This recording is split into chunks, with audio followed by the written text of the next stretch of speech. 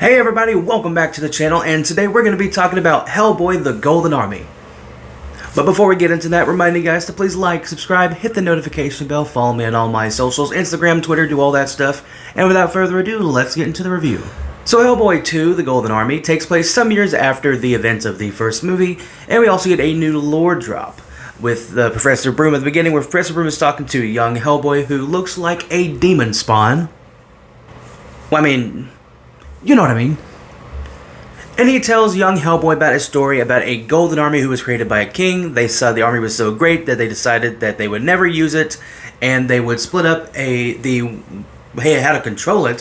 One was given to the humans, and the rest was keep for themselves. And then we cut to some years later, where we're at modern times, from 2008 or 2009, whenever this movie came out, and we see Prince Nuada, who is trying to reclaim that Golden Army and take over the Golden Army, and has to find the last piece that was part of this crown that he needs to control it. And so we see Hellboy and Abe and Liz, and they are in the middle of a heated battle. Hellboy and Liz are fighting, and we see Jeffrey Tambor almost get crushed by a giant steel door. At the beginning of the movie, we learn that Liz is in fact pregnant, but she doesn't want to tell Hellboy yet. They find out in the scene where there's a bunch of these tooth fairies, these cute-looking, evil, demonic, they eat you with the teeth first kind of demon spawn. They destroy a room full of people, and that's also kind of where we're introduced to Prince Nuada at the beginning of the movie. He goes to this auction where they're auctioning off the little crown piece, and they're trying to auction off something. I can't remember what it was, but they're trying to auction off something, and he goes in and kills a whole room full of people, and we kind of establish that this guy means business, pretty much. And then they run into all these little creatures, and they like swarm everybody, and like a bunch of people die and they're eaten up by these little, what they call tooth fairies, funny enough. And through this whole incident, Hellboy, in the midst of all of it, Hellboy gets discovered by the public, and it is out that he is in fact real and is not fake or made up or whatever. And so it's a media disaster for Jeffrey Tambor's character. Hellboy's just eating it up. So Jeffrey Tambor's character brings in another character, monster, freak, or whatever you want to call him, Johann Kraus, who is like a ghost, but not really a ghost. He's in this body, it almost looks like a proto-Mysterio in a way. A German guy in Hellboy. He has his opinions about Germans. He calls them all different kinds of names in the movie and makes fun of his accent and stuff like that. But Johann Kraus proves himself useful by taking these little binoculars that were made by Benjamin Franklin or something. It was kind of a weird thing. These binoculars that can actually see these creatures, and they go into the troll market, which is probably the best set piece of the movie, except for the end fight scene where we fight the Golden Army at the end of the movie. You see all these different characters and everything, and there was an actual practical set. I'm sure some stuff was green screen, but most of the set that you see in the movie, that's like a practical set. All the characters are there, and it just shows the ingenuity and the detail that Guillermo del Toro did for this movie, and it looks really good. It shows on screen. So where his movies do have a lot of digital stuff, they do have a lot of CGI characters and stuff like that, like these little wooden little creature things that notify Prince Nuada that he's there, and these little ones, those are CGI, but then you have this beautiful practical set and the practical makeup effects and everything like that. So I think Guillermo del Toro and his team, or whoever he works with, they just knock it out of the park in a lot of these movies. They just did the Frankenstein movie last year, and I haven't seen it yet, but I'm kind of looking forward to checking it out and seeing what they did there. I did see some stuff where there's a half body and so anyway, we're not talking about that movie. We're talking about this.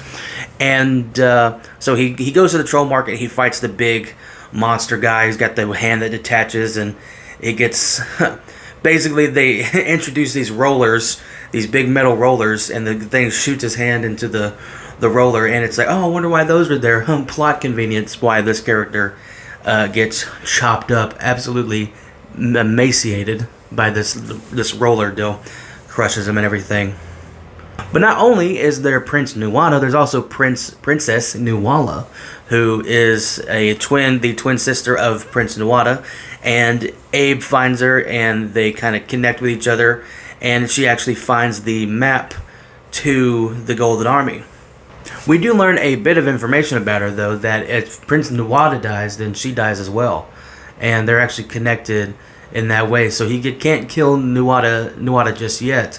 They have to get to the Golden Army, and then they have their final scene together. In the midst of everything, their interaction, sometime later, Nuada finds, the BPRD headquarters, goes in there and ends up stabbing Hellboy, and he has, this arrow head detaches and he gets stuck into his, really close to his heart. And they have to go find Nuada and get it taken out.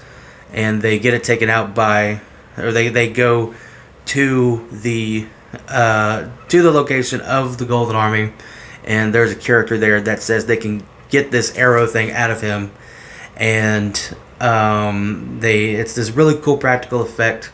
Who was in the practical effect was Doug Jones, but it's like this thing is like blind, like no eyes, but then all the eyes are in the wings and everything. The Angel of Death, I think it's the Angel of Death. I think that's what it is, and it's pretty creepy looking.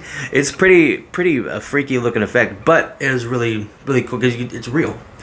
And they bring him back to life, and the Angel of Death says you know what this person is capable of. It's like destiny to this, that Hellboy is going to bring out the end of the world, essentially. And Liz, they got to give him a reason to live, and Liz tells him that she's pregnant, and he comes back to life, and then him and Prince Nuada have their final scene together, and ultimately the sister stabs herself, and Prince Nuada dies, and they both die, and it's a sad scene, but there is, like I said, the practical fight. You have all these big gears and the Golden Army itself. You see they get tore up, but then they just put themselves back together, so it's like an unstoppable, there is no way of defeating the army, with just brute force. It has to be taken out by, the source. And the movie, I think in a way it leans more towards comedy this time around. The first one was, it had some comedy bits, but it was it was supposed to be horror and stuff like that. Not 100% horror, but it's it leaned less into the comedy than this one. This one, he has a scene where the Johann Strauss, kind of possesses these lockers in a locker room, and he's hitting Hellboy, and he's Hellboy's trying to drink his beer, and Johann swings the door in his face and puts a big dent, a big comical facial dent in this, metal locker door, and he can't, spills all his beer and everything. But yeah, like I said, it doesn't really lean. It does have some, I say not horror. It doesn't really have horror elements this time around. Like I said, a lot of practical stuff, a lot of practical sets. And you gotta love the ingenuity behind all that stuff.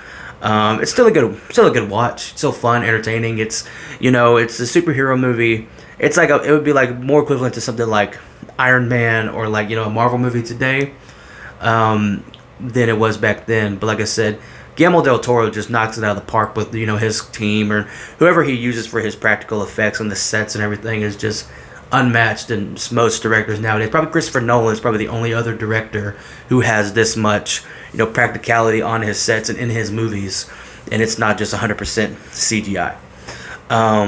Like I said, the cast and everything does a really good job. As a matter of fact, if you didn't know, Seth MacFarlane actually does the voice of Johann Strauss. I don't know who's in the bodysuit, but you don't see Seth MacFarlane, but he actually does the voice of that character. And David Hyde Pierce didn't come back to do Abe. It was actually Doug Jones was in the makeup, but David Hyde Pierce did the voice. But Doug Jones just took over the role, and essentially he became that character. He didn't even have to change. I mean, there's not much of a change in voice. And speaking of Abe, there's actually a fun scene where Hellboy, when they get back to the BPRD headquarters after the troll market, where Abe is kind of falling in love with the princess, and he's listening to He's listening to love songs, and they play I Can't Smile Without You by Barry Manilow. And it's like a fun scene where him and Hellboy are getting drunk and they're listening, they're playing the song and everything, and it was just a fun scene. But yeah, I really recommend this movie. If you like the first movie, I think you're gonna like this one. Like I said, Ron Perlman does a really good job as the Hellboy character. I think, like I said, I'm curious to see if they do another one with him. But if it seems like, I don't know if they will or not. They just did the new one last year, which we'll talk about later on this month, so look out for that. But yeah, I like this movie, and I think you should check it out. I got it on Steelbook. I don't know if you can get these anymore, or you can find one, but I actually got this on the Blu-ray Steelbook, Blu-ray DVD Steelbook. And yeah, so thank you guys for watching. Hope you enjoyed this video, and with that being said, like, follow, subscribe, do all that stuff, and I'll see you in the next one.